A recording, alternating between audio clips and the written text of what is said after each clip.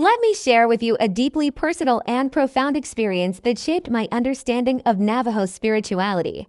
It happened when I was just a child, during a traditional ceremony that I'll never forget. Picture this: we were all gathered in a hogan, which is our traditional Navajo dwelling. The air was thick with anticipation and sacred energy. The medicine man had given us clear instructions: keep our eyes down, stay completely still, and just listen.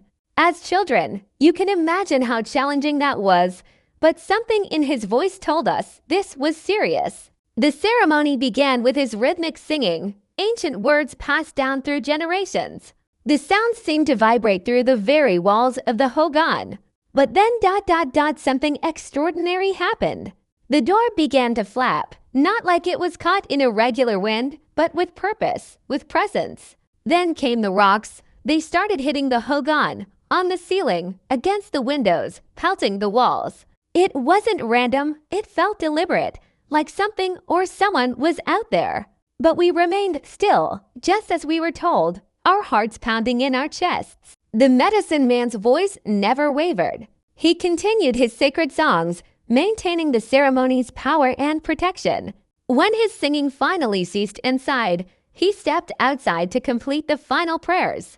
That's when we heard a scream that seemed to come from another world. It wasn't human, wasn't animal. It was something else entirely.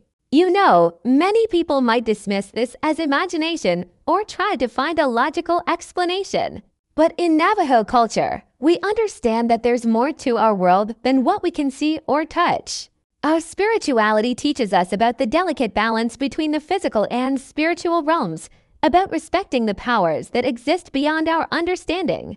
This experience taught me early on about the raw power of our traditional ceremonies. They're not just rituals, they're genuine connections to forces greater than ourselves. In Navajo belief, these ceremonies maintain harmony between humans and the spiritual world, between nature and consciousness. Looking back now, I realize how fortunate I was to witness such a powerful manifestation of our spiritual traditions. It showed me that our ancestors' beliefs, the stories I grew up hearing, weren't just tales. They were real, living truths that continue to manifest in our ceremonies today. This experience remains a powerful reminder of why we must preserve and respect these sacred practices. They connect us not just to our past, but to the very fabric of existence itself, to forces that modern society might have forgotten, but that remain as powerful and present as ever.